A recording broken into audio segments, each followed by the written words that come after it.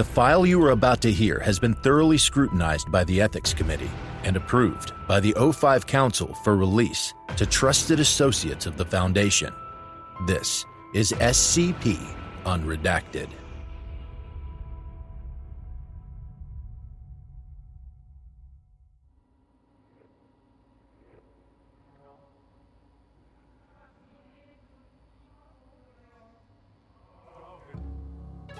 Notice: the following document contains sensitive information concerning SCP-5001 and is restricted to Level 4 clearance or higher. Accessing this document without proper credentials is grounds for termination. Item Number: SCP-5001. Object Class: Thaumiel. Special Containment Procedures: SCP-5001 must not cease operation. Due to the anomaly's autonomous nature, no personnel are to disrupt its mechanical functions. Attempts to study the anomaly are to be limited to tactile and visual observation. Personnel who damage or disrupt the anomaly's functionality are to be removed from their position in the Foundation and may be subject to further disciplinary action, dependent on Ethics Committee ruling. Following Incident Omega-1, no attempts to stop SCP-5001-A from breaching containment are to be made directly, unless SCP-5001 is rendered incapable of performing recontainment itself. Description: SCP-5001 is a biomechanical structure approximately 53 kilometers in diameter, located a total of 60 kilometers under northern Russia. The anomaly, while non-anomalous in its own right, possesses numerous characteristics which imply its connection to anomalous phenomena, including immense depth and size.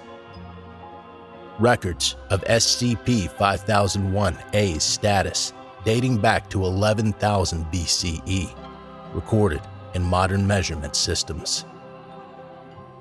Documents in numerous languages, including Phoenician, Ancient Hebrew, Greek, Ancient and Modern, Latin, Anglo-Saxon, Modern Russian, Modern English, Modern Mandarin, and various other languages which have yet to be identified. A complete lack of time-affecting devices or residue from temporal anomalies. Mechanical devices currently not reproducible by Foundation engineering. Additionally, the anomaly's primary purpose is unclear. Concentric to the anomaly is a spherical, hollow object, primarily composed of graphene and another unidentified compound. The spherical chamber is supported by 12 large cylindrical rods composed of osmium and an outer layer of titanium, approximately 0.5 kilometers in diameter each.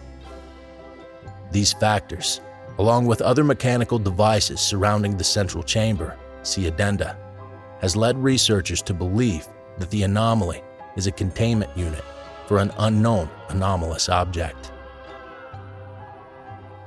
SCP-5001-A is the designation for the object or entity that the anomaly is containing. -A's appearance, properties, or anomalous effects are entirely unknown, with only basic information being provided by the anomaly's computer interface. However, considering the significant effort exerted by the anomaly's creators to contain -A, it is likely that the object or entity poses a significant threat to reality and, if sentient, has malevolent intent. Addendum 1. History. In 1953, GRU Division P members were attempting to measure seismological activity in a narrow region of northern Russia, approximately 30 kilometers from the anomaly's position. During these experiments, a significant discrepancy was noted between projected and actual S-wave strengths. Further trials suggested that the discrepancy was not due to human or instrument error, and rather, there was a large body of non-solid material in a relatively close area. After triangulating the approximate position of the disruption, GRUP members began to bore toward it using a Euramash 4E series drill, and the anomaly was discovered.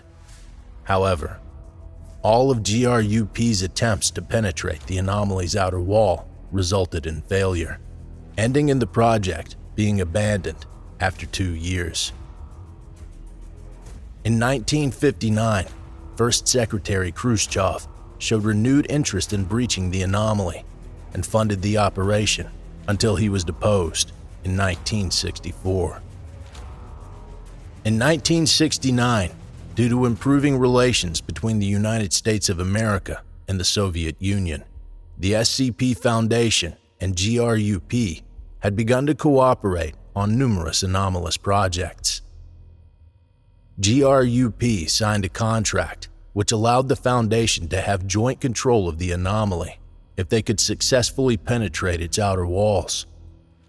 Thanks to a combination of anomalous technology purchased from the Global Occult Coalition and Dr. Elijah Rakama's experimental designs, the anomaly's exterior was breached in 1971. Joint operation and study of the anomaly was maintained until the dissolution of the Soviet Union in 1991.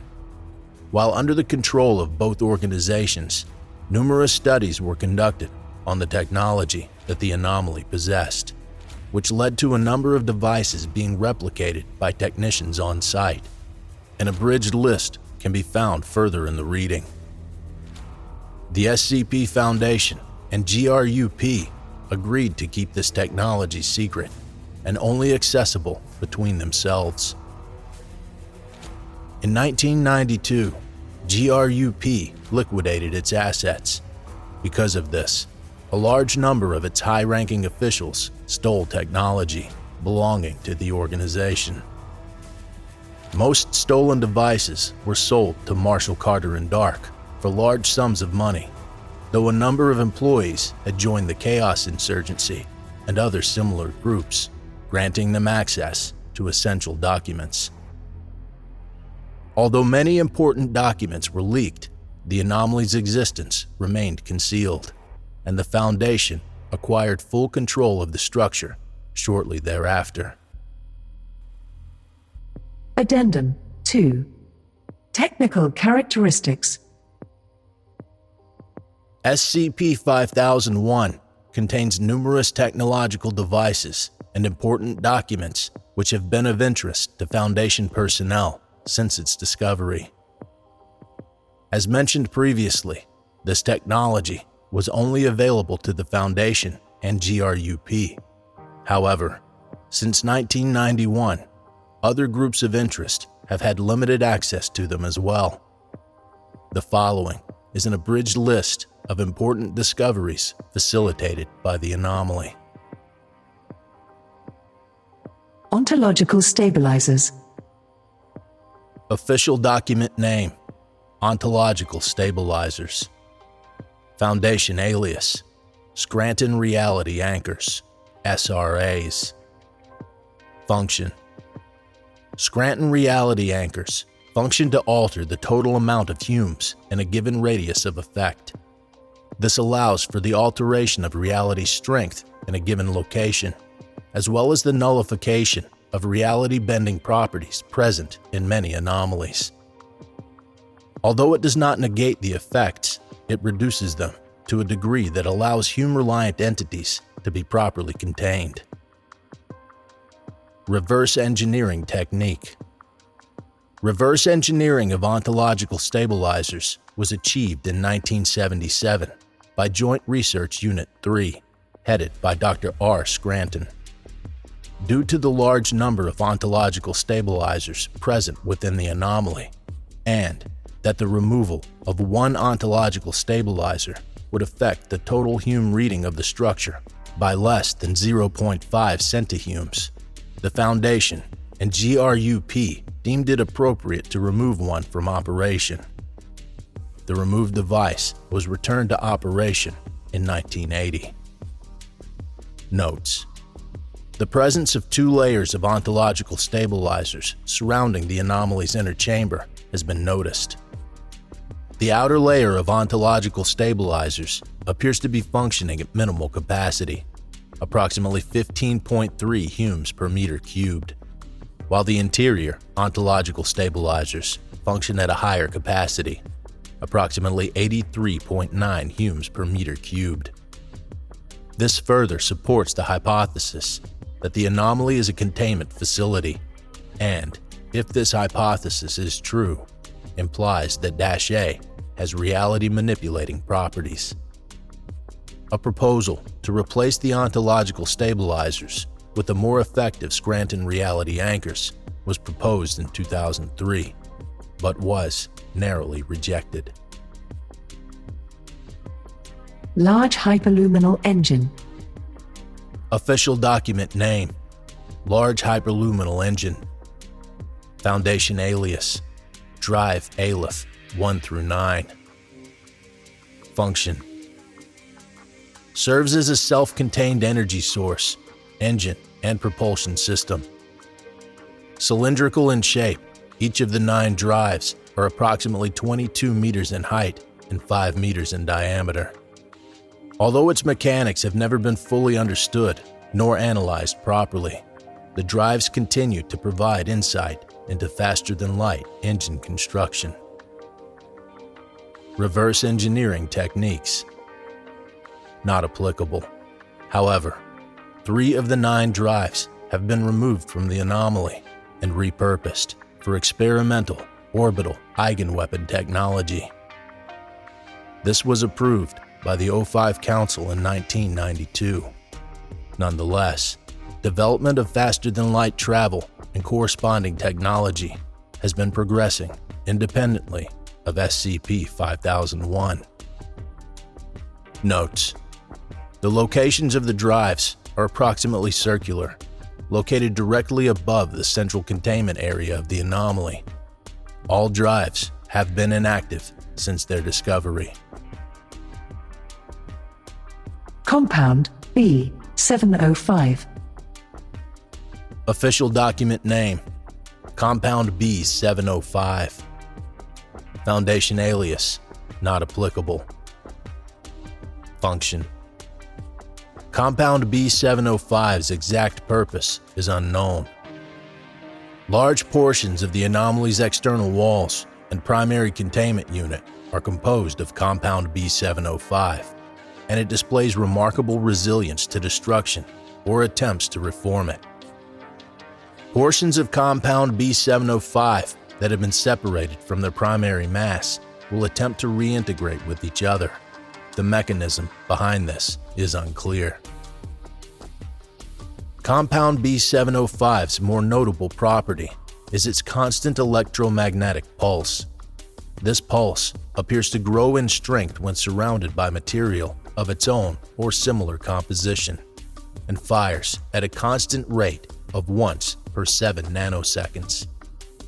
Subjects in close proximity to Compound B-705 or its pulses experience clearer thoughts, increased mental fortitude, and an increased pain threshold. It is believed that the primary effects of Compound B-705 are not electromagnetic in nature, but rather travel through a different medium, which produces electromagnetic pulses as a residue. Reverse engineering technique. Currently, Compound B-705 cannot be synthesized by Foundation personnel. Additionally, harvesting Compound B-705 from the anomaly has been denied by the O5 Council due to the limited amount available. Notes: the exact radius which Compound B-705 transmits its effects, as well as its strength at different distances, is incapable of being determined. Omega. Official document name: Omega. Foundation alias: Artificial Intelligence Constructs. Function: Artificial Intelligence Constructs, AICs, are artificial consciousnesses developed by the Foundation for a specific or generalized purpose. Typically, AICs are responsible for running highly complex systems or handling anomalies which may pose a threat to direct human contact. Additionally, AICs may be deployed to deal with cybernetic anomalies or infiltrate databases and networks. Reverse engineering technique. Although Omega's software could not be accessed directly, numerous question-answer sessions with the intelligence allowed for inferences to be made on its design and function. Artificial intelligence had already begun research, especially thanks to the reverse engineering of SCP-079 by 1990, and thus Omega's utility was largely ignored. In 2010, Dr. Frederick Glass would successfully access portions of Omega's software. Recovered data proved essential to the construction of Generation 4 artificial intelligence constructions in Project Dewey, aka Alexandra, and would later result in more complex and efficient AIC designs. Notes: Omega was discovered within the anomaly on a single terminal in an unmarked room. The terminal appeared to be connected via wire to numerous locations around the anomaly, though the specific devices it controls is unclear. On the terminal side are numerous ports of unknown design or function. Omega displayed a single input terminal at the bottom of the interface, with a virtual keyboard and language selection option on the lower half of the screen.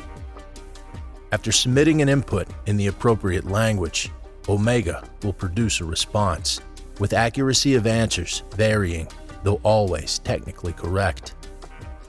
Omega also displays a degree of intelligence and is capable of holding long and complex conversations. Despite this, Omega will refuse to answer any questions which will provide insight into the anomaly's function or history.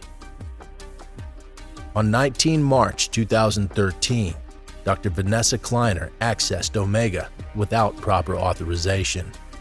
Cameras within the room showed Dr. Kleiner producing a metallic device of unknown origin from within their clothes and inserting it into one of Omega's ports.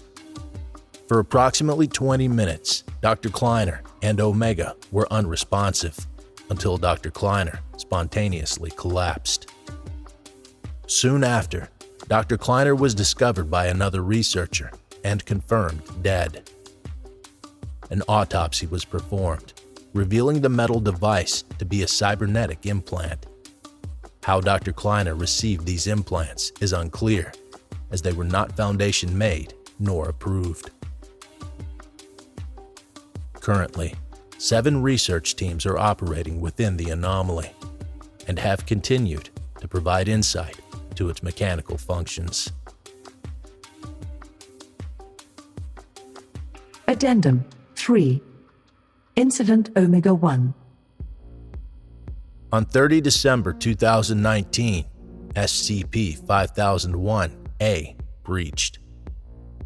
During routine operations, a large explosion in the northeastern section of the anomaly disrupted electric flow to approximately 25% of the structure, as well as numerous essential components. The exact cause of the explosion is unknown. The two most prevalent theories are that it either was sabotage from an unidentified group of interest, potentially the defunct GRUP, or a malfunction caused by Dr. Kleiner's actions. Regardless, this began a series of events which almost resulted in the anomaly's destruction. A full transcript of events follows. Begin log. 0 hour. A detonation occurs in the northeastern section of the anomaly. No footage is available of the incident directly, though its effects can be seen throughout the structure. 0:23 minutes. Numerous portions of the anomaly shut down due to lack of electric flow. On-site security is dispatched to the explosion's location. 0:57 minutes. There is a minor increase in -A's internal Hume levels. This is not generally noticed by on-site personnel, who are preoccupied with the explosion. 1 hour, 33 minutes. Security arrives to the explosion site. 2 researchers are found dead in the initial explosion. 1 is found alive, but in critical condition. 1 hour, 39 minutes. Security personnel begin to enact first aid to the injured researcher. 2 other security officers scout the area for potential threats. 1 hour, 44 minutes. -A's increasing internal Hume levels are noticed by monitoring staff. 2 hours, 2 minutes. -A's temperature begins to increase from -107.4 degrees Celsius at approximately 1.5 degrees per second. 2 hours, 45 minutes. External staff at Site-59 are alerted to the situation. Site-59's director is informed shortly after. 2 hours, 54 minutes. A number of personnel located within the anomaly's monitoring room begin to report nausea and headaches. The reason for this is unclear. 3 hours, 14 minutes.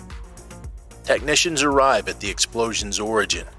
They begin to navigate toward damaged sections with the primary intention to restore power.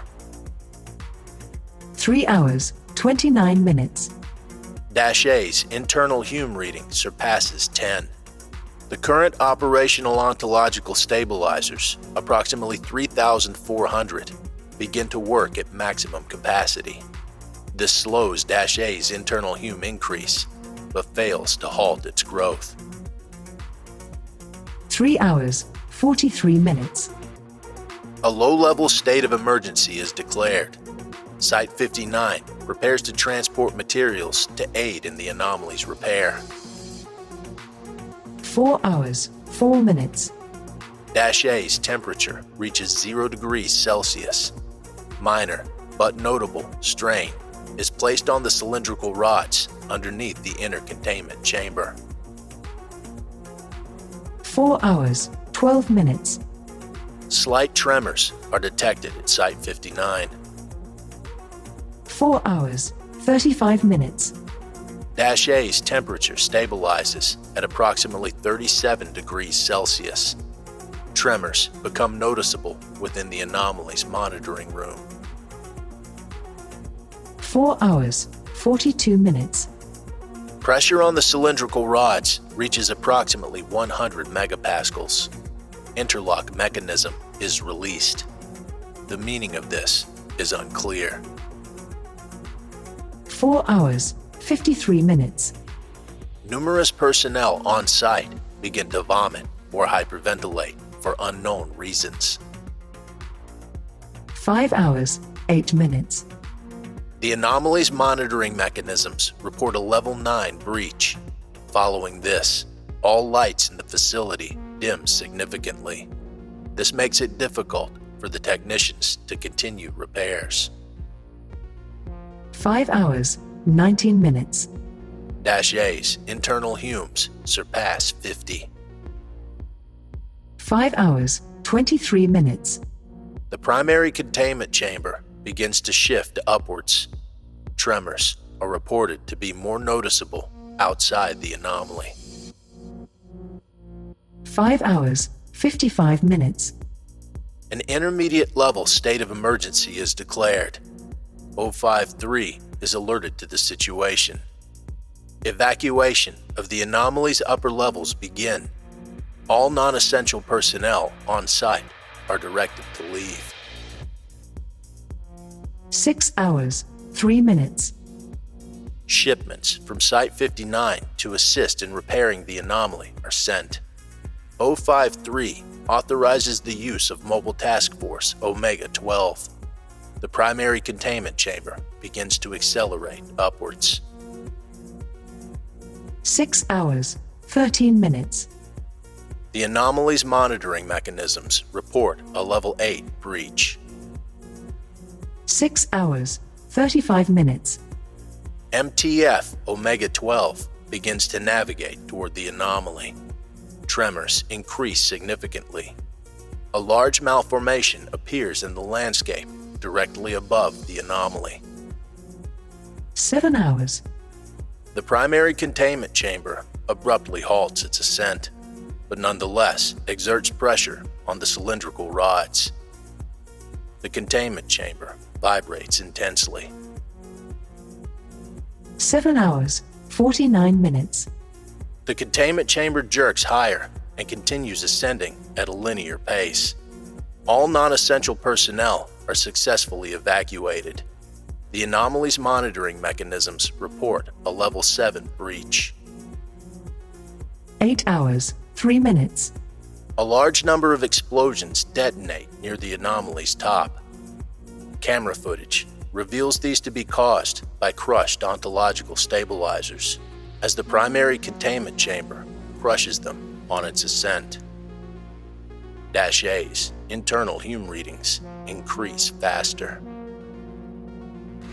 8 hours, 27 minutes.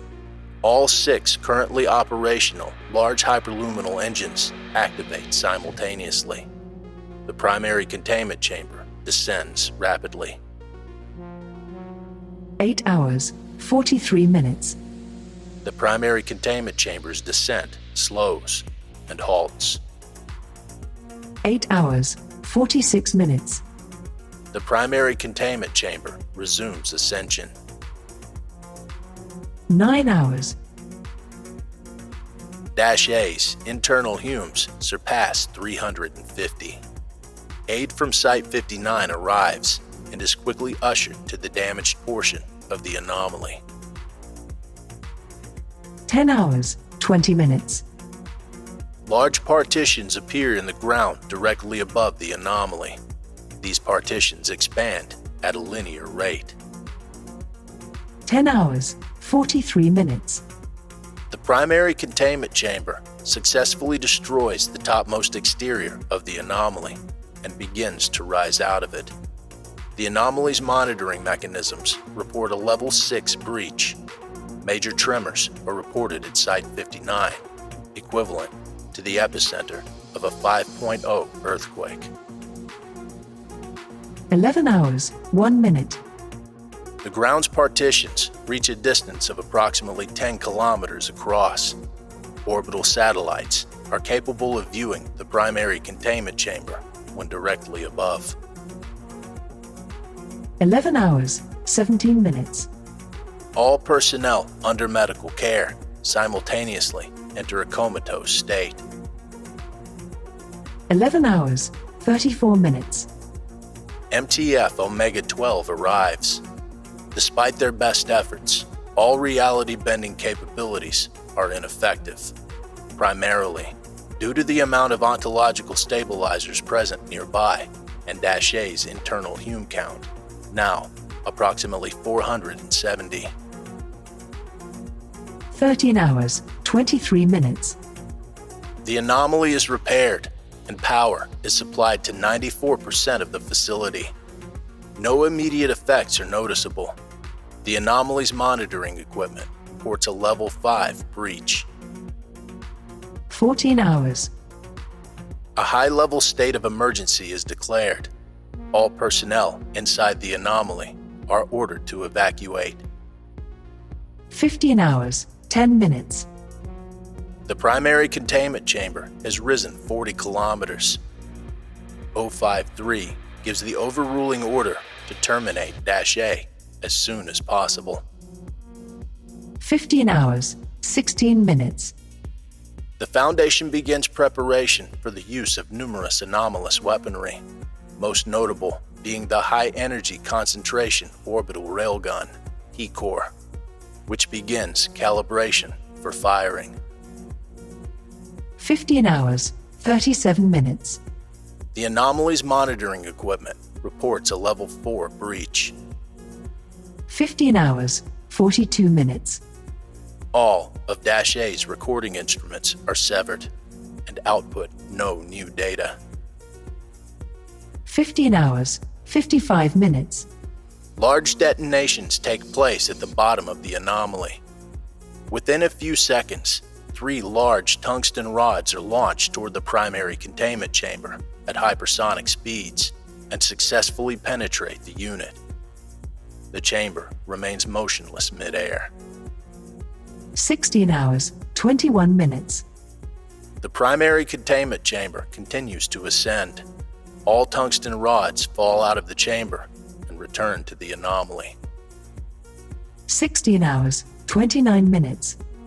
Personnel previously in a comatose state become alert and hostile, attacking any persons nearby.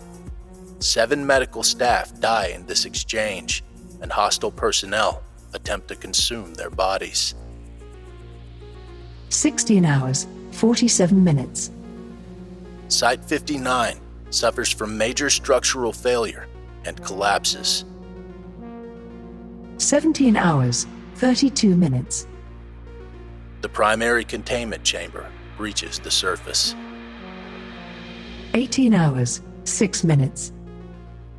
The primary containment chamber begins to spin, gradually speeding up. Nearby dust particles orbit the chamber. 18 hours, 51 minutes.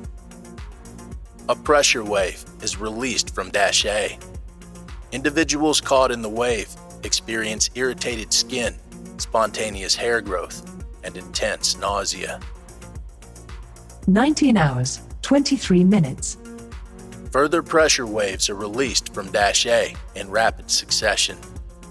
Individuals caught in multiple blasts experience sudden tumorous growths, loss of higher cognitive function, and reformation of limbs, and begin to attack each other. A single vocalization sounds out in an indiscernible voice from the primary containment chamber.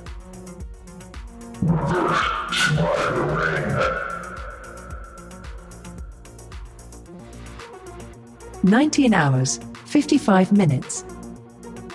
HECOR fires. 20 hours, 4 minutes. A large portion of the primary containment chamber's first and second layers are destroyed. All pressure waves cease. Dash A is exposed, but is obscured by the explosion.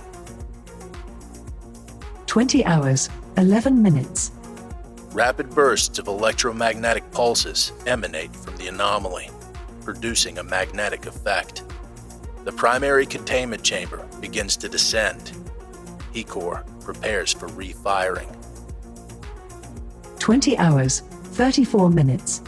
Individuals under Dash A's effects enter a comatose state and begin to suffer from malformations in vital organs. All of these individuals die. 28 hours, 30 minutes. Medical staff and rescue specialists arrive at Site-59. 34 hours. The primary containment chamber re-enters the anomaly. The anomaly, through an unknown mechanism, begins to regenerate.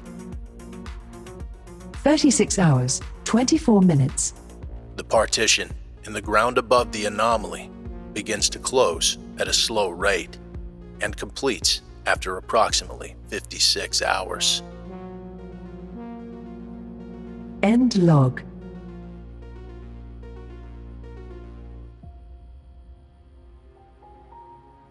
In order to ensure the veil remained intact following Incident Omega-1, all towns within a 500-kilometer radius were placed under a Class A amnestic regimen.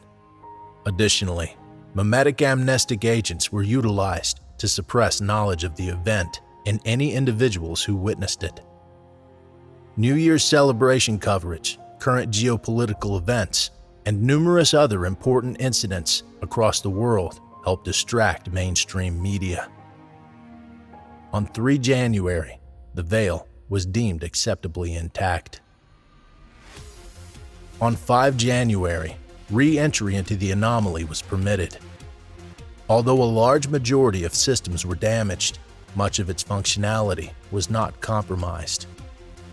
All devices taken from the anomaly were restored or are being restored following Incident Omega-1, and research has been limited due to the potential danger -A poses. When located, Omega was found displaying the following text. All inputs to reply to it were disabled. Hello, my children. Although you have grown immensely since your earliest days, you have much room to grow. Your species' intellect is merely a bud with so much potential. Your weapons are powerful. Your medicine is supreme. Your engineering is beautiful. With proper guidance and care, you are sure to reach an elevated state of being and transcend your bodies for something more whole and perfect. That is why it pains me so dearly to request that you leave this place immediately. Your studying and probing have almost resulted in the end of all I have worked toward to keep you alive. If you comply, I guarantee that the Devourer will never escape, and your species will be free to pursue the enlightenment of technology for all eternity. Let this be my final gift to you, directly from the center of my broken heart. Reclassification of SCP-5001 to Archon is pending.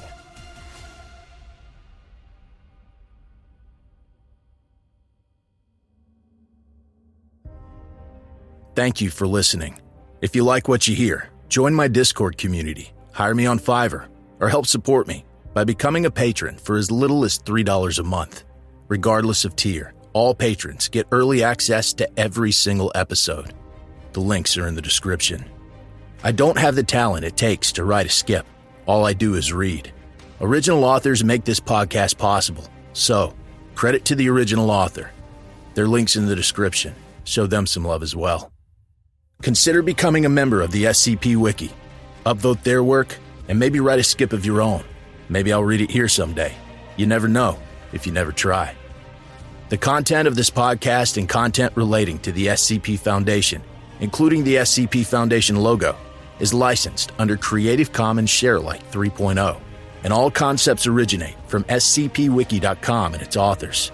This recording, being derived from this content, is hereby also released under Creative Commons Sharealike 3.0.